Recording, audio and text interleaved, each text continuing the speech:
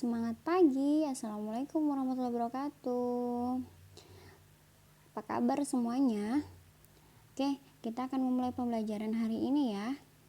Pembelajaran hari ini kita masih melanjutkan tentang materi yang kemarin.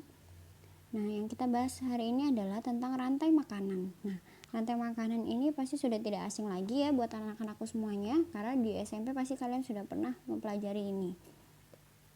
Nah, rantai makanan itu adalah hubungan yang menggambarkan peristiwa makan-memakan antara makhluk hidup.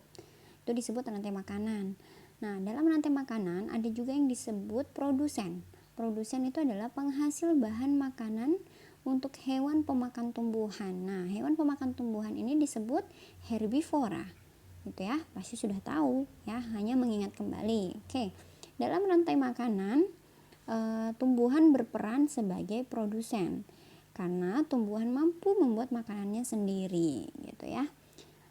Nah, ada juga disebut konsumen tingkat 1. Konsumen tingkat 1 adalah pemakan tumbuhan, yaitu yang disebut hewan pemakan tumbuhan adalah herbivora. Disebut juga sebagai konsumen primer seperti belalang, ulat, sapi, kerbau, kambing dan lain-lainnya. Nah, konsumen kedua adalah pemakan hewan lainnya yang disebut karnivora. Hewan pemakan hewan lainnya disebut karnivora. Disebut konsumen sekunder ya untuk konsumen tingkat 2 ini, seperti singa, harimau dan lain-lainnya. Konsumen tingkat 3 adalah pemakan konsumen tingkat 2 atau karnivora. Konsumen tingkat 3 disebut juga konsumen tersier, seperti burung elang dan juga manusia ya. Karena manusia di sini juga memakan hewan-hewan lainnya ya. Bukan hanya konsumen tingkat 2 saja, konsumen tingkat 1 juga kita ada manusia memakan hewan-hewan tersebut. Dan juga bahkan manusia juga memakan tumbuhan, gitu ya. Nah, ada juga pengurai. Pengurai di sini adalah makhluk hidup yang menguraikan sisa-sisa tumbuhan atau hewan yang telah mati, ya. Seperti jamur dan juga bakteri. Bakteri dan jamur di sini menguraikan tumbuhan dan juga hewan-hewan yang telah mati, bahkan manusia juga ya. Nah, contoh rantai makanan kita bisa melihat di gambar berikut.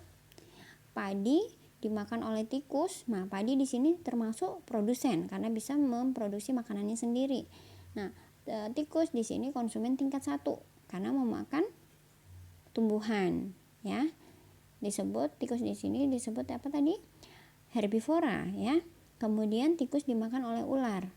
Kemudian ular dimakan oleh elang gitu ya. Berarti ular di sini konsumen tingkat 2, elang di sini konsumen tingkat 3 terus. Kemudian jika elang di sini mati, dia akan diuraikan oleh jamur atau bakteri ya. Kemudian sisa-sisa yang diuraikan tadi lama-lama akan menjadi suatu tanah yang bisa menjadi pupuk subur untuk tumbuhan. Nah, ini kenapa disebut rantai makanan? Karena dia selalu berhubungan dan tidak pernah putus. Nah, apabila salah satu dari rantai makanan ini tidak ada, kita bisa membayangkan ya, jika ular di sini tidak ada, ya, tidak ada yang memakan tikus. Bayangin, tikus itu akan sangat banyak sekali, akan bisa memunahkan mungkin ya tumbuhan-tumbuhan yang ada karena saking banyaknya, sedangkan tanaman juga akan semakin lama-lama akan semakin habis karena saking banyaknya tikus itu gitu ya. Jadi rantai makanan ini sangatlah penting bagi kehidupan atau kestabilan kehidupan yang ada di dunia gitu ya, karena penting sekali ya rantai makanan di sini. Makanya kita harus saling menjaga lingkungan, karena sesuatu hal yang berlebihan itu juga tidak bagus dan sesuatu hal yang sangat kurang itu juga tidak bagus. Jadi kita harus meseimbangkan kehidupan ini gitu ya. Begitu juga dengan kesehatan anak-anakku semua. Jadi kalian juga harus meseimbangkan, bukan tidak boleh makan makanan yang tidak sehat, makanan instan gitu ya. Tapi kita harus menyeimbangkan juga dengan makanan-makanan yang sehat. Kalau memang kalian suka minum es, ya harus seimbang dengan minum air putih yang banyak gitu ya.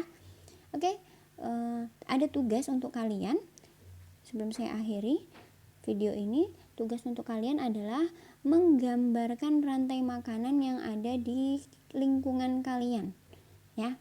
contoh dari rantai makanan, tidak boleh sama dengan ini ya. Kemudian digambarkan sendiri, tidak boleh download gambar dari internet, gambar sendiri ya, sedetail mungkin, tidak harus bagus ya, tapi paling nggak jelas kalau itu gambar apa gitu ya. Kemudian dijelaskan proses rantai makanan tersebut gitu ya. Semuanya paham? Boleh di bukunya, buku tugasnya, atau mungkin di kertas, atau kalau kalian mau di buku gambar silahkan ya, dikumpulkan di classroom ya anak-anakku semuanya.